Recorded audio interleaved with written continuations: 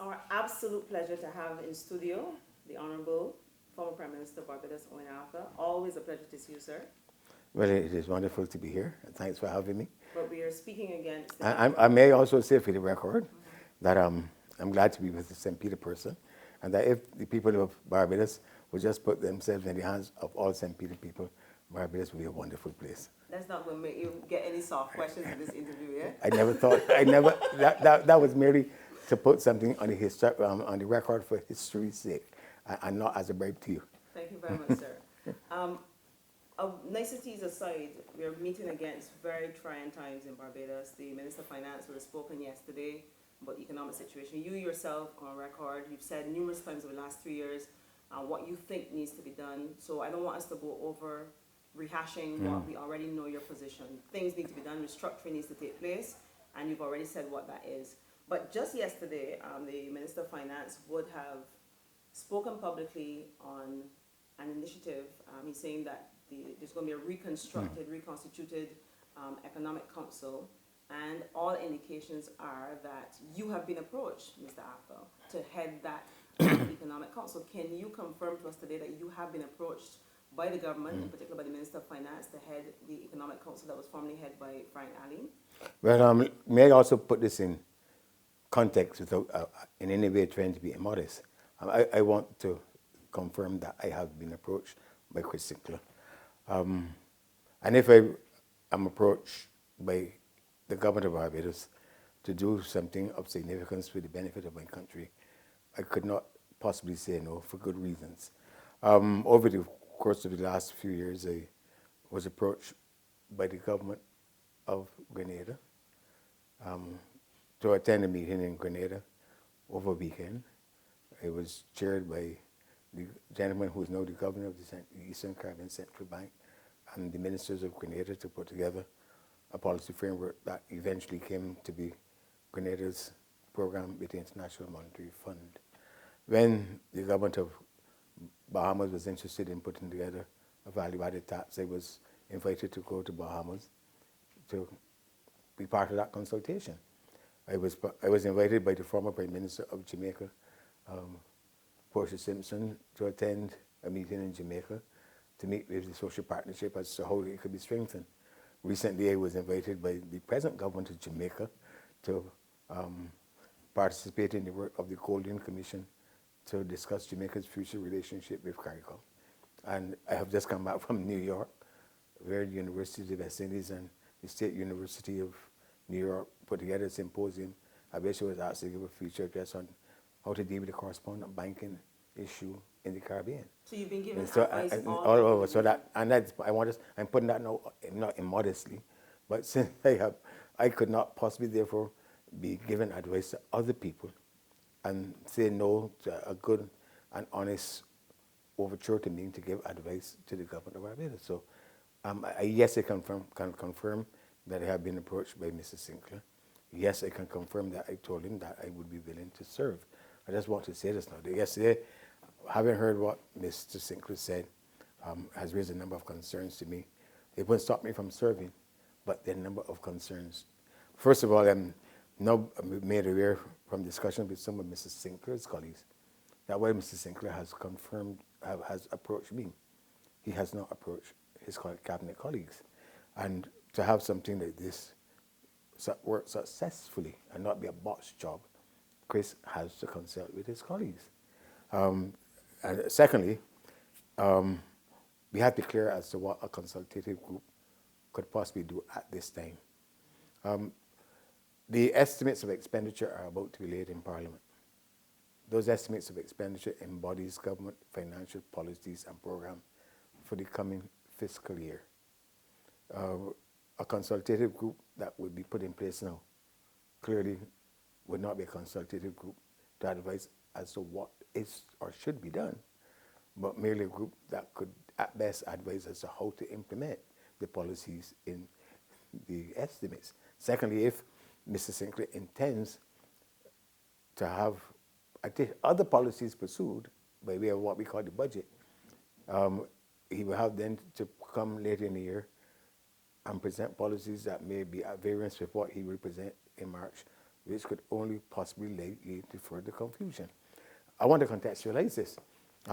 When Dr. World was on his way out, he did a service by indicating that the extent of the adjustment that has to be made would be an adjustment to correct a $50 million a month program. A $50 million a month, because he says there should be no more deficit. So, and if he has to find $50 million a month, then he multiply it up by 12. That's $600 million. He has said that the extent of the adjustment that has to be made would effectively be a $600 million adjustment to put back Barbados on a steady and stable foundation. The question that will have to now arise is, will the estimates that will be presented by Mr. Sinclair in March conform to what World said needs to be done? Or will there be something else? And if they're not what Mr. World said has to be done, what is that the government is seeking to achieve? That's a very, very major problem. But World, as I said, did a service because we ran out of time. And to consult now after the estimates have been prepared means that you would have a year when in fact you only have 3 months. And that's the danger of where we are. Is Chris's estimates going to embody, I haven't seen them, are they going to embody the World adjustment, which World said on his way out needs to be done? Or are they going to embody something else? I can't emphasize too strongly how important it is for us to get to May, June, July with many of the questions answered that could prevent Barbados from facing a complete catastrophe. And that's why what World said is of such anguish right now, because he was brought to that point, I think, because, and I want to be fair to him, in every year before the budget presentation, World keeps saying, specifying the amount of the adjustment that had to be made, but the adjustments were never made, and he sought to accommodate the government by enabling the government not to make the adjustment by printing money. So that you missed Dr. World already? No, I missed him because Dr. World knows that he should not have done what he did. He really did. And that you don't accommodate governments to do mad things. He should have even have put his resignation on the line to stop the government from doing what he did. But we should not be here. Urson Sandford has raised this, how have we gotten back here? You don't put a country in a position where you run out of foreign exchange and then try to correct it. Not a small country. Some people suggested that he was one of the reasons why government perhaps did not go forward with you as a chief advisor in the past. Is that the sense you got? I don't speculate about those things, because they will let you feel that he was a bigger man than that. And I don't get into those things at all. What about the Prime Minister? You get the sense that the Prime Minister is backing this decision? The one person I've been speaking to is Chris. And he gave me assurances that he was approaching me, and they felt that he understands the principle of collective responsibility. But I want to come back to the conundrum. World has said this effectively, there has to be a $600 million adjustment. Chris will bring set of estimates, and the country will have them to ask, are those estimates reflecting the World's adjustment or Chris' adjustment? And what is the difference between the two? And which one will work, Chris' adjustments or World's adjustments? I have to say, though, that World's adjustment would be very, very difficult to achieve. A $600 million adjustment, just quickly so, would be very wrenching on the society.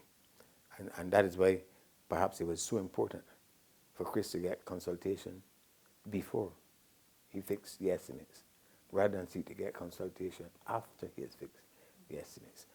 But whatever happens now, there's no basis for serendipity or happy days are here again in Barbados. No matter what is done, I think the country has to be prepared for the fact that a very difficult adjustment has to be made, and it will affect this way of life of many people in Barbados, the standard of living of many people in Barbados. It will cause for major adjustments in policy. Last week I gave us an address to the Chartered Accountants where I suggested, okay, you got the VAT thing wrong. Drop the rate, broaden the base, remove the problem with tourism is that there's a differential between the input tax and the output tax. Accept the advice to standardize that rate over a 3-year period. Let the reverse tax credit and its building up be the way in which they address the poor people's needs. But you could have done that, and you should have done that already. And many of the things that the government may not have to do will be coming 3 years late. You got the sense in speaking to Mr. Sinclair that he's on board with making these adjustments that you've spoken to him about? And I want to be fair to Chris. Chris wants to do what is the right thing, you know. And whenever Chris and I speak, Chris understands the need for the adjustments. But Chris's problem is that he's a Minister of Finance who's not a Prime Minister. When I was a Prime Minister and Minister of Finance, when I told my cabinet colleagues no, it was no. So the buck doesn't stop with him? No. Chris has a difficulty that a lot of his colleagues are not interested in expenditure adjustments because they want to go back to their constituents and say, bring your electricity bills and bring your telephone bills, and I can continue to spend. No governments facing elections do not like to be told that there has to be prudence in the management of expenditures. And I suspect that Chris has a difficulty selling the adjustment to his colleagues. He knows it is the right thing to do. He's in a seat that he will more easily win than his colleagues. But other men who are in difficult contests want the government to continue to spend, and that's the political crisis in which we find ourselves. And that's why sometimes, as Prime Minister and Minister of Finance, when the Minister of Finance of Barbados, in my day, said no, the Prime Minister also would say no. But I don't think Chris has that authority. And that's part, Chris wants to do the right thing. I will consider that him. He wants to do the right thing. But he has to meet the expectations and the concerns of a cabinet, some of whom want him to do something else. And that's why you hear the venting from members of the Democratic Labour Party cabinet, a lot of whom, except from Eswick, want him to do things that will give them a chance to win in the constituency. You mentioned Eswick, and he's come out recently strong again, and we haven't heard his new position, but he's come out again suggesting that, the policies have failed. We accept that in terms of the governor has also said that, but he's gone further to suggest that this alternate strategy that he's proposed, you've never come on record in terms of what you felt about the Eswick proposal, first of all, UAE and $5 billion in terms of a loan arrangement, basically. Mr. Arthur, could that really work for Barbados? The Minister of Finance of Barbados finds himself in a situation where 60% of every dollar of revenue he raises has to go to debt service. When you reach this situation, you have to deal with your debt. Households deal with it. If 60% of your income was going on debt, you would go to the bank and fix that. The question is how you're going to do it. The other Caribbean countries, especially Jamaica, that has used what is called a debt exchange. That get people to, and the similarity is striking. In Jamaica's case, most of the debt was domestic debt. They got people to surrender the existing debt instrument with bonds and bills, replace them with bills and bonds of a different maturity, but with a short-term variation to the interest rate that gave them a short-term ease in the interest rate, so that the debt to revenue wasn't 60%. So they got a relief. And the debt exchange was important in Jamaica. Mark you, when Jamaica put the debt exchange in place, the then government decided, well, if you can save some money on interest, let's spend it. And they failed the IMF test. I made that point because they once heard Ms. Motley came on the floor of the House and said she was going to do the same thing too with the debt exchange in Barbados. She would have failed too. So there could be a debt exchange. And that would give you fiscal space. What Mr. Speaker is talking about is different. He would take all of the debt, both domestic and foreign, and make it foreign. Wow. Right now, you don't have a problem servicing a part of your debt because it is local. But you know Mr. Eswick's proposal could only be viable if he would show how you would take the local debt, make it foreign, and pay it back in foreign exchange. There are a lot of people who now have holding government debt instruments, national insurance. They hold a local debt. I presume he got the money from the, who was it, IAE? UAE. UAE. You will have now to pay them off. So they will have cash balances that they can hold as cash balances because we are invested somewhere. Right now, they get an interest on what they lend to the government. If they was the government was to get a loan, pay out them, they'll have a cash balance. And what they're going to do with it? Are they going to invest it at home, or were they going to be invested abroad? And those are some of the imponderables of Mr. Espig's proposal. But the point is that he too has recognized that there has to be a debt solution has to be part of the solution to the country. I have felt so for 3 years and never said as much. Our problem was that Mr. Word was saying that there's no debt problem. So therefore, since there was no problem, there was nothing to solve. But Mr. Espig, I think, understands that if you have a situation where debt constitutes 60% of your, not the GDP one, the revenue, 60 cents of every dollar earned by government in revenue has to go to pay debt principal, and you have to address that. So that there's merit in that. So he's partly gotten it right. Well, let me put it this way. I don't judge people. And I am only an economist. And when people offer economic advice, I have to respect what they're saying. So that what I'm saying is that his approach will be different to mine. I would go the way of a debt exchange. And I think a debt exchange works well, as happened in Jamaica, where a lot of your debt is local debt. And you can get the local debt holders to surrender the existing bond instruments and debt instruments and replace them with a different maturity. So you spread out the repayment over a longer period on the understanding that you get an ease on the interest in the short term, so that you don't have a foreign exchange servicing problem down the way. That would be my solution. But Mr. Eswick, I yield to people who know these things better than they do. But I'm thinking of it in terms of even the proposal on the table for you to be the chief economic advisor. I'm asking you, were that confirmed tomorrow and the proposal was to come from Dr. Eswick again, what would be your advice? Well, I am today what it was yesterday and shall be tomorrow. And there are certain things that I have said that based upon my training that I will put. And I'm not going to just suddenly become somebody else and say something else. There is a need for a debt solution to be part of our overall solution. I would still hold to maintain that position that a debt exchange would be the better way to proceed. It would be the easiest thing to do, because then effectively be negotiating with the national insurance and others, and I'm sure that the professor, who I think will be a member of the advisory group, would be happy to enable us to have a debt exchange. Where is this Professor Downs? Not Professor Downs, but Robinson, the national insurance guy. I'm sure that he could easily be persuaded to let us take the bonds that you have, surrender them, they give you different ones with a different maturity. So he would be in your team as well? Not my team, I'm not picking the team. And let me be clear one thing. An advisory group, as I understand it, would be an advisory group. It would not be an executive body. And it would be there to give the government advice. It would be for the government to either say yes or no. I may also say, notice I'm using the word the government, because I think that what Mrs. Chris cannot hope to be a lone wolf and make this work. There's a group of entities in any cabinet who hold economic portfolios, and the sooner he gets them in on the act, the better. And I would think that a consultative group would be best not just advising the Minister of Finance, but it has to be a subcommittee of cabinet, because the fiscal issues also now have to be intertwined with the issues of growth. You see, Barbados' problem is that we started with a problem of recession in 2008.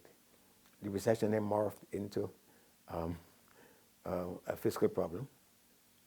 And the way in which the fiscal issues have been addressed have meant that we now have a balance of payments problem. And that all three now have to be addressed as one, with a solution as one undertaking. So that they will not yield only to fiscal manipulations, but issues with growth and so on. And the sooner Chris gets all his colleagues into the mix, and let the consultative group, if he's to have one, not only advise him, but critical colleagues whose ministries are critical to the question of growth. The sooner, one of the solutions that Barbados has to go for is that you have to, I gave a presentation where I indicated that because of the fiscal consolidation program, the only way in which you're going to get the whole thing solved as once is if you can bring in a lot of foreign capital and raise the ratio of capital to GDP. A fiscal consolidation program means that you're reducing personal consumption expenditure, you're reducing government expenditure. So GDP is made up of personal consumption expenditure, government expenditure, investment expenditure, exports, less imports. The fiscal consolidation program is reducing your personal expenditures, reducing government expenditures. You can't do much in the short term to affect the trade balance. So growth and the balance of payments must be addressed by strong capital inflows. If they could succeed in putting in place arrangements to bring in a lot of private capital inflows, that would solve two parts of the problem, the balance of payments and the growth. Mark Rutte is not going to deal yet with the fiscal, but at least you fix two. And there are still a large enough project interest in Barbados that if they were to get that right, then they'd be on their way. But I don't think the arrangements are in place to do the investment facilitation. Because you see, the capital will come in, will go straight to the balance of payments. And it will create growth conditions in the country. So they got to get that right. And then apparently there's a number of initiatives there pending to make happen. Somebody has to make it happen. In the last election, if you remember, I told Barbados that if I was become the Prime Minister, I would put business facilitation and fiscal investment in the Prime Minister's office. And that each main ministry will be given a benchmark targets, and they're reporting to me as to whether the targets are being met or not. Well, it's just been switched to Darcy Boyce in the Prime Minister's office, so you suspect that somebody's probably listening then. Darcy Boyce is not the Prime Minister of Barbados. At the last count, in the Prime Minister's office. At the last count, Darcy Boyce is not the Prime Minister of Barbados. But I'm saying Excuse me. When it was Prime Minister of Barbados, Kaymar was also in the Prime Minister's office.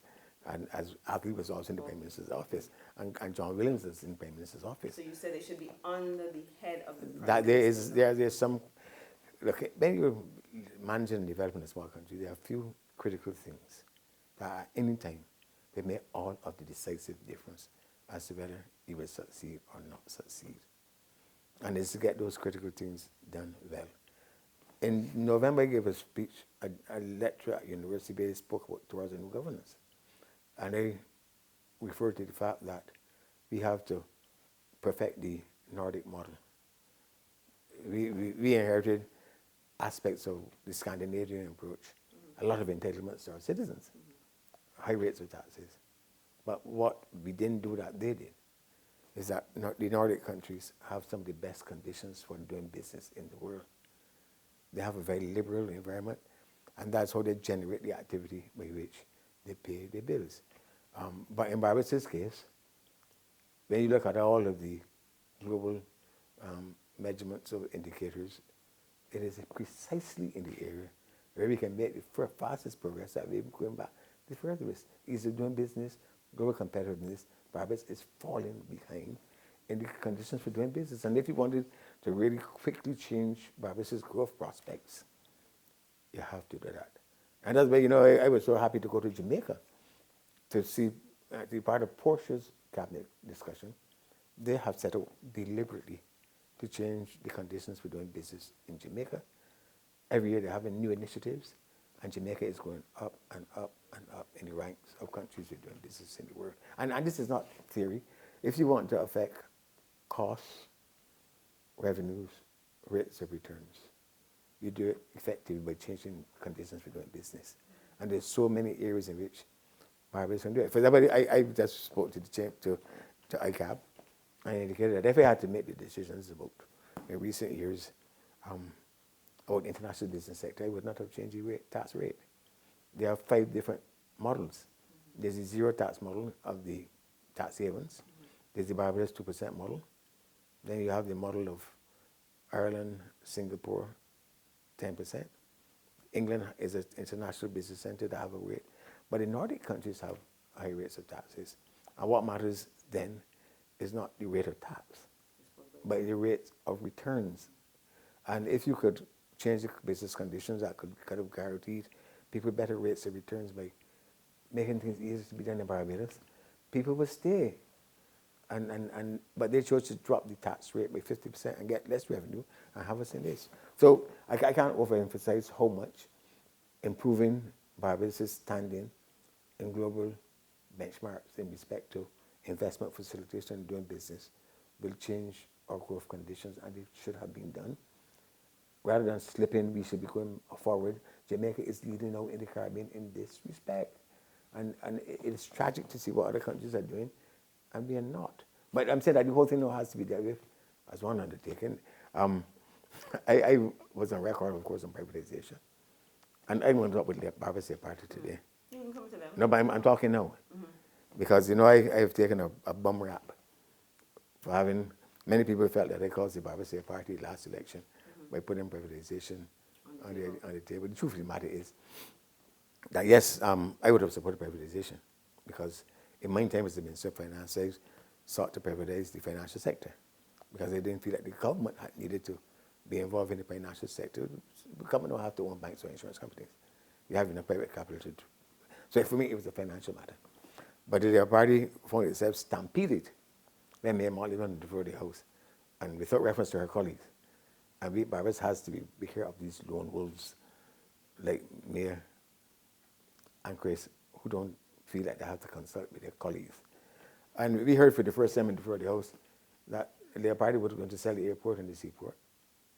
And then we also heard that the Labour Party would have taken the Transport Board and the Sanitation Authority and I just told like given the trucks and the buses to the men to run. That was never discussed with Barbados Party. Never. And the truth is, if you wanted to hear what was really Labour Party's position on the Transport Board, on the occasion when myself and Mr. Trotman and I, participated in the launch of UCAL, I stated then that the Labour Party's position was that you would have a Transport Board with a modest subsidy, but it had to transform its operations. And it had to find a way to link more closely with private transport. But I never really said, and as for the Sanitation Authority, that came out to the left field where we were concerned. But we were trapped with that. And I had to go through it last election. I want to say this, because I can come back to what Labour Party is doing shortly. Having to try to claw it back. I therefore had a town hall meeting at Spring Memorial. And I had also to go to Britain's Hill to try to deal with it. Mayor made it a people's issue rather than a financial issue. And we went through the election. If you want to blame me, and if you have to blame me, blame me. My back is broad. But anyhow, but look, Barbados has to be sensible with privatization now. Well, the privatization means that you're getting things done in the private sector that can be done in the private sector. Healthcare is largely private. Only the hospital and the polyclinics, but people have their private doctors. Education. There was a time when education in Barbados was largely private, yeah? And there's no good reason why the government can't let people in the education sector build schools. They're doing it now. But what we have to do is to condition ourselves to the fact that the assets that are sold are going to be here. Quite frankly, and they're going to say this, I feel, for example, that if people at the port could go to work, not only just to earn a salary, but to be in the position to earn a dividend, that we could eventually have one of the most efficient ports in the world. So you privatize the port then? No, but give shares out to yes, employees. and let people go to work. That's what you know. You must read of Michael Manley. I'm gonna send you that because Michael Manley himself put it beautifully. When they were asking him how was like the Michael Manley after 1989 was different from them, he said I learned my lesson, and he supported privatization for the very same reasons, that he wanted to change a Jamaica where people go to work, not just to be wage earners, but to be to have dividends, and that's how I see it as well too. And you see, these entities have nowhere to go; they'll be here, but we have to make them more efficient. But how would that affect things like the broad transition now with the customs if you were? No, it's still going to be Barbados sport. But what I'm also saying is this: I cannot see, and that's why. And let me just back up. We were put in a position, the Labour Party, where we are committed as to privatization. I decided not to back out from it. I had a meeting with my colleagues, and we discussed it. And I told them, quite frankly, if the Labour Party was in the government, there's no way in which we could go through, given what you had to face, without we were asset rich and cash strapped. So you had to take on the You had to issue. take it on. And that any government of Barbados, Labour Party or DLP, has to deal with privatization. And the best thing you could do is, they're doing it now. You sell the terminal, but you have to do it in a particular way. Two things. As I said, the workers have to be involved to make these things more efficient. But also, if you're going to sell an asset, you just can't sell an asset to pay current bills. You've got to sell an asset to work down liability. And that the benefits of privatization, that you have a high debt service. If you're selling assets, put it in a segregated account to work down the debt as it falls due, so that you use the proceeds from the sale of assets to work down liabilities. If you ever take the assets and just lick it out, it would be like you were selling your house to buy food, and then you're worse off. So, but you have to do it properly. But the government is committed to doing it.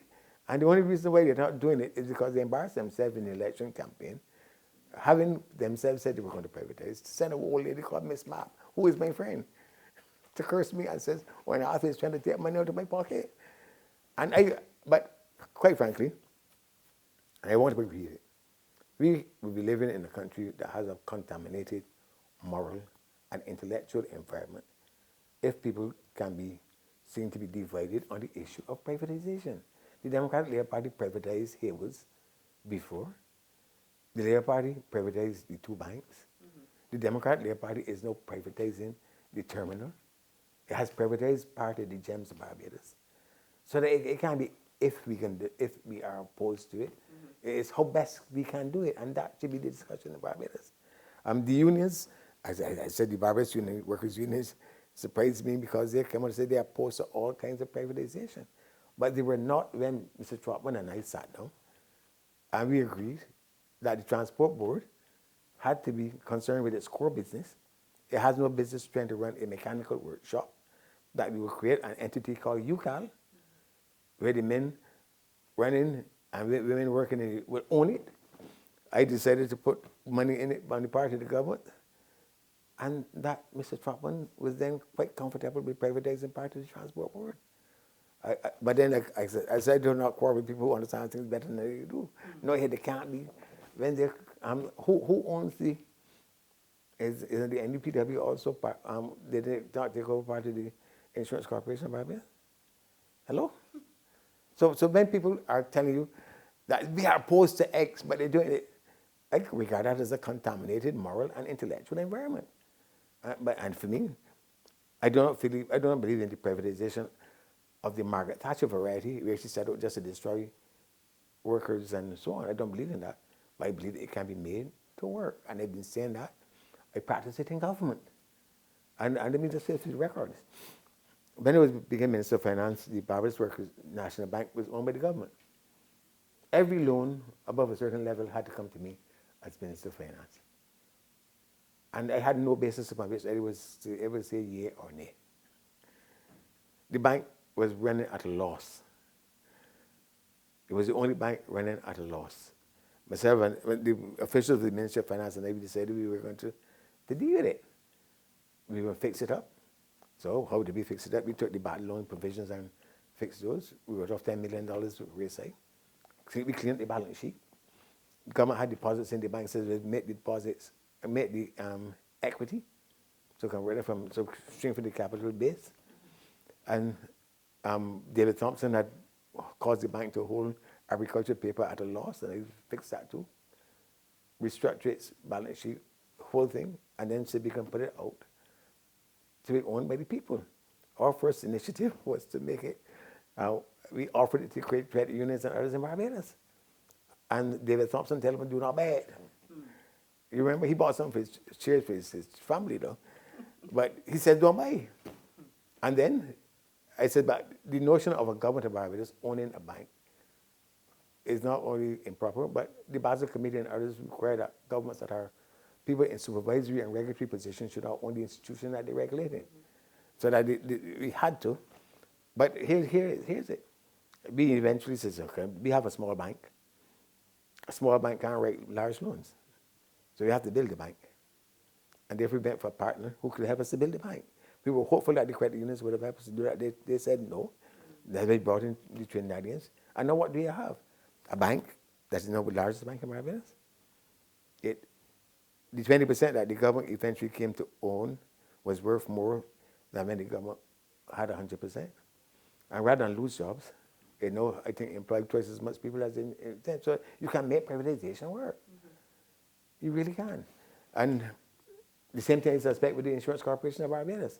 So I cannot have in practice myself privatization as the Minister of Finance. And that's what I think effectively now say that you can't do it. It's how you do it. And I think all of the scare tactics have to be taken out of it, because if you don't do certain things in Barbados now, the country is going to collapse around our ears. Ms. Arthur, I have to ask you this though, and this is what even some of the critics / analysts have been saying, even when we posted the story this morning, saying that you were going to be the person that government has approached again to be chief economic advisor. The question is, why is Mr. Arthur even attempting to help the Democratic Labour Party at this stage? But I tell you that I go all across the Caribbean on the invitation of governments and offer advice.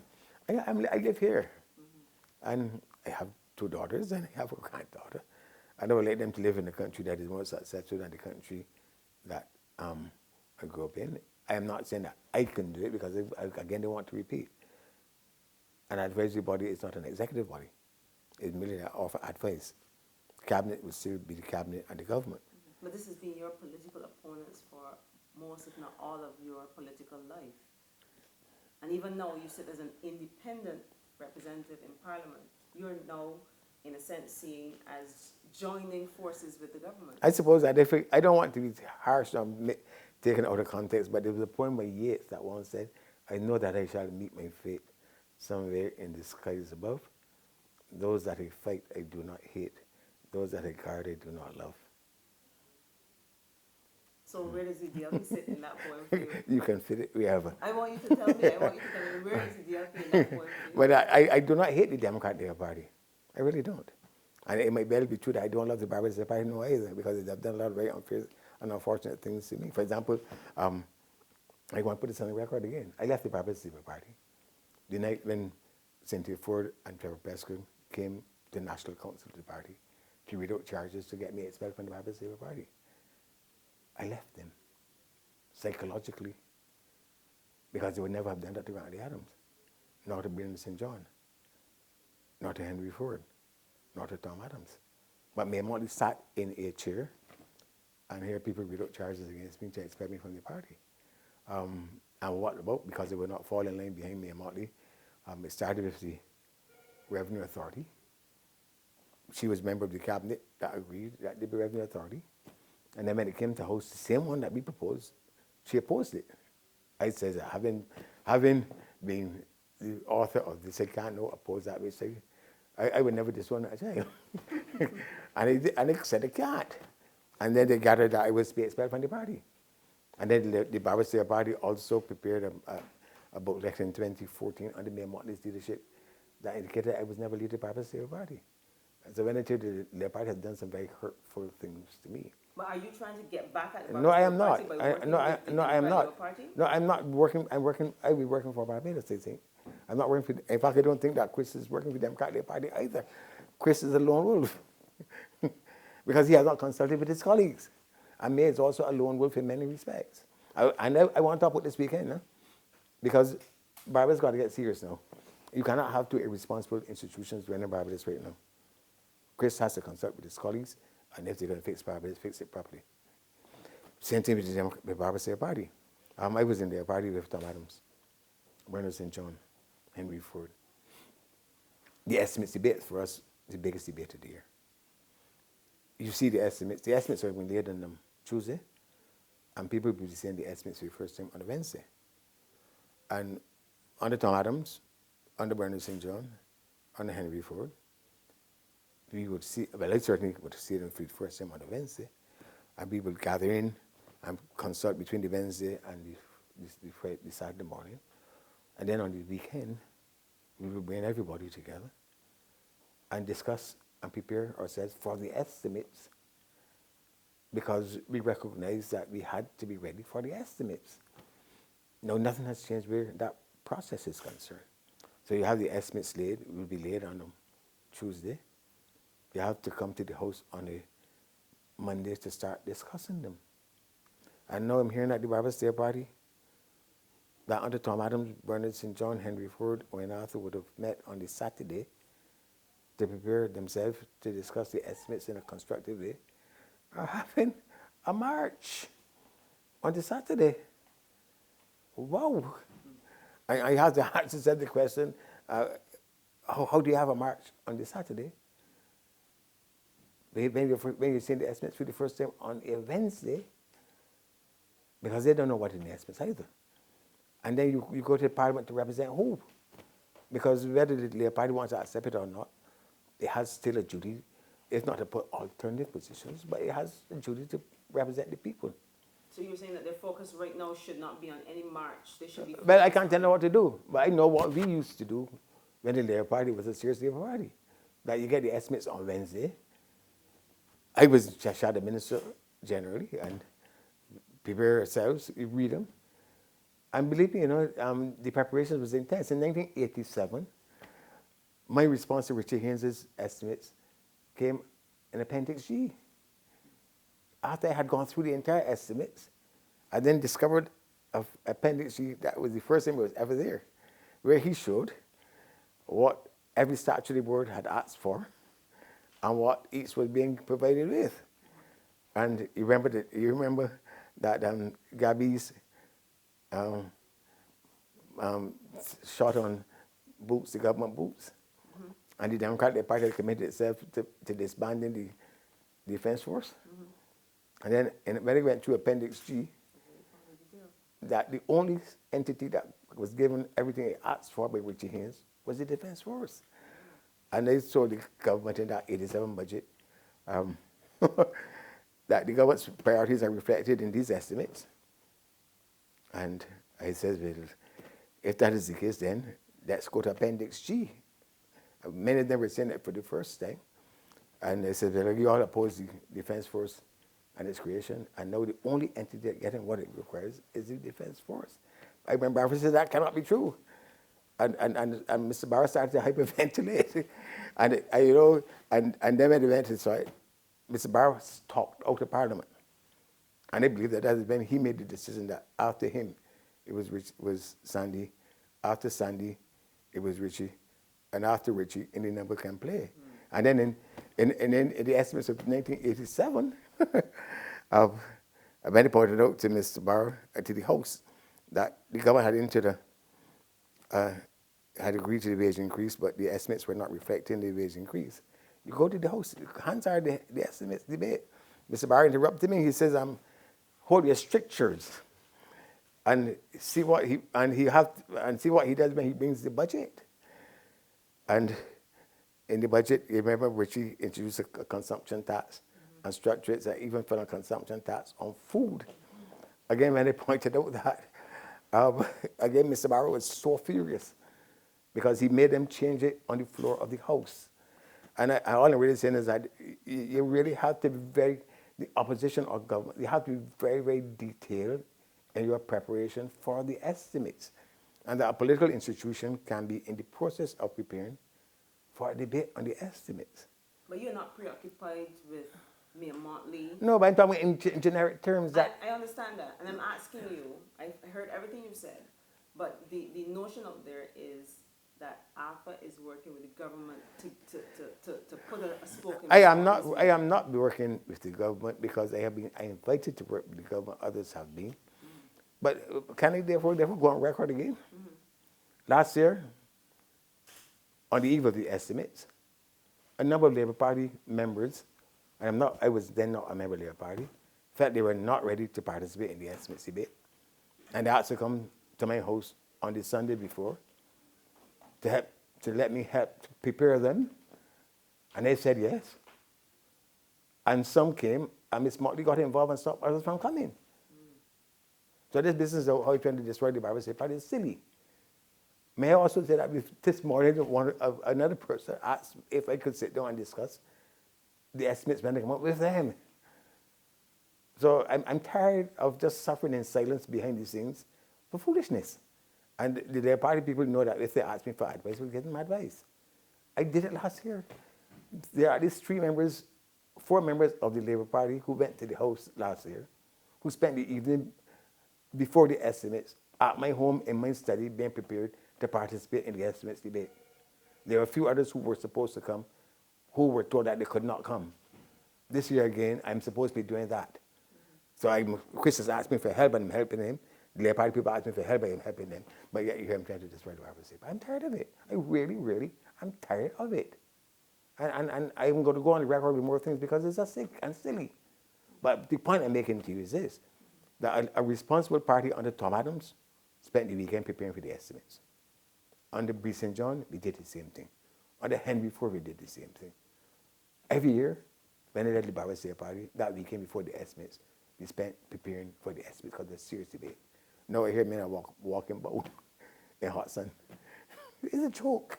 It's an academic responsibility. And nobody expects the Barbados Party necessarily to say we can do X and Y, but they expect that it should be responsible. And as for the Labour Party positions, when I finish here, go to I think it's the Center for Intergovernmental Governance. And they got a thing called the Caribbean Papers, and you can see a paper that was prepared by Avinash Prasad. That's it. So, growth through disruptive change. Some of the specific proposals that Mayor Motley has put on the floor of Parliament, especially in relation to how she will pay for education, are taken straight from Avinash Prasad's paper. Mayor Motley would have, at a meeting in St. James North, indicated that her chief advisor is Avinash Prasad. And he has set out how you bring about growth through disruptive change. If you want to have an inkling as to what the Labour Party may have to accept, read what Avinash Prasad has written. Because I'm sure that in one instance, the question about how you deal with education, this is all in there. And he covers how you should deal with healthcare, transport and everything. It is in one paper. And what are the highlights of that in terms of what does it say to us? What should we be careful about in that paper? Lone wolves. Chris is trying to be a lone wolf. Chris is not consulting with his colleagues. I can confirm that Chris' colleague spoke to me today and says, I mean, he has to be glad, but he hasn't discussed with us. So you're saying you can't run an economy as a lone wolf? No, they're a lone wolf. And I didn't try to run Barbados as a lone wolf. Mayor did things, Mayor committed us to things without discussing with us. We went along because we don't want to throw leaders under the bus. But on matters of, as I'm a trained economist, and every year I had consultations on the economy. And I did not trust to my own wisdom. I was open to be advised. And that's why if Chris wants to be advisable, give him my advice. I also accept that he can either accept it or not accept it.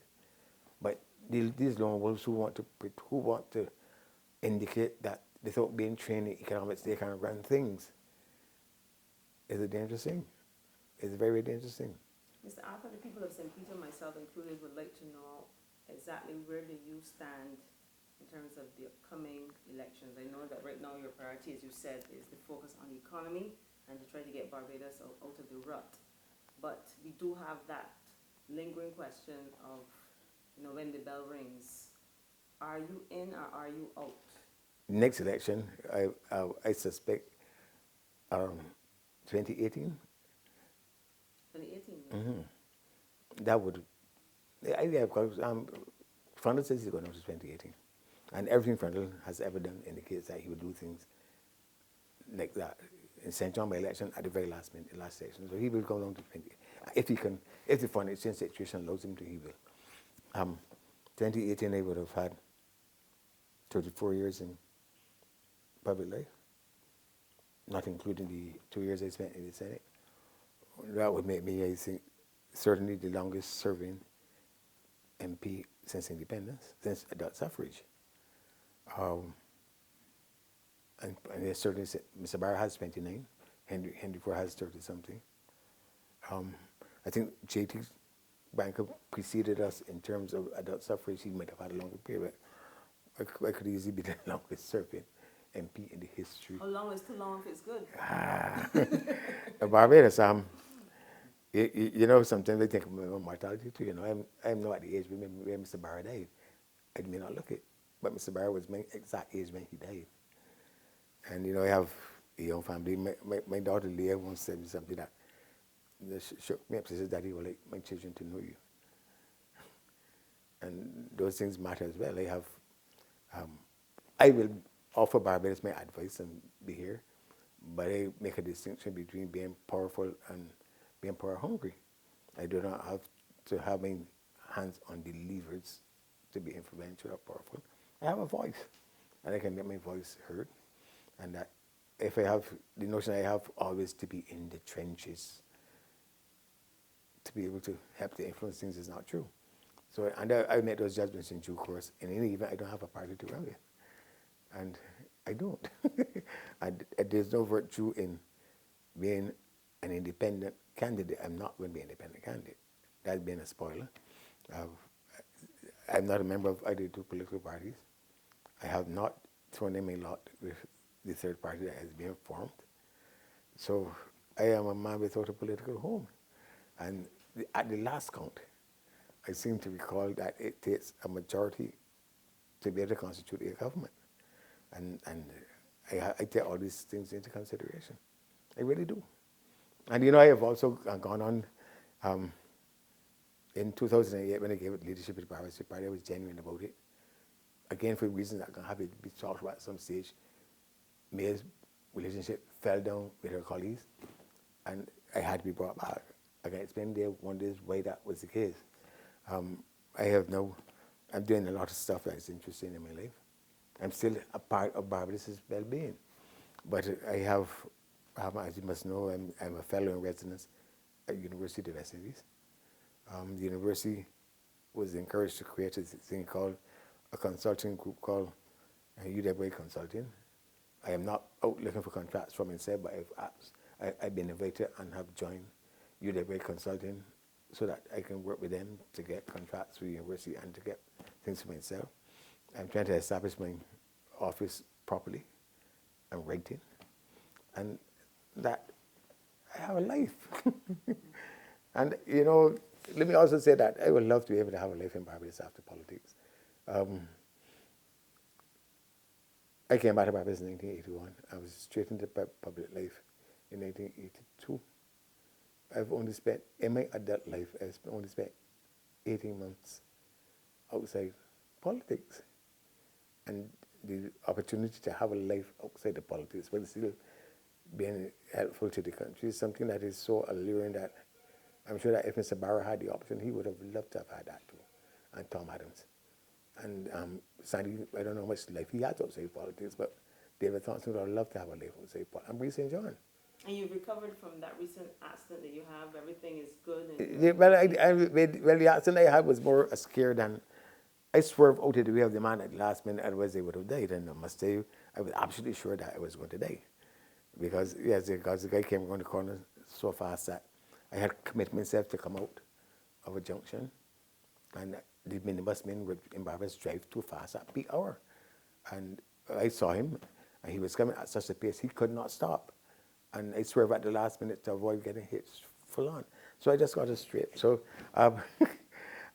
that wasn't going to take me because, and I am in good health, to manage my health. I hope that I could live for many, many years, but I do not need to be at the center of power to feel powerful. I feel fulfilled. And you all have to bear with me that. So, yes, to give 40 years to representative politics in Barbados would be to go beyond what any politician has ever done. And may I tell you that I am not interested in having a glorious death. That I have a young family and I have folks that want me to live. I really do. Sounds like people are saying people need to bring some more breadfruits and... No, that you might have to talk to Leah. You will have to talk to Leah. And to Isabel. And to Isabel. Yeah. Like they, and on Sunday evenings, I go walk with my granddaughter on the hills of St. Philip, and she look forward for that.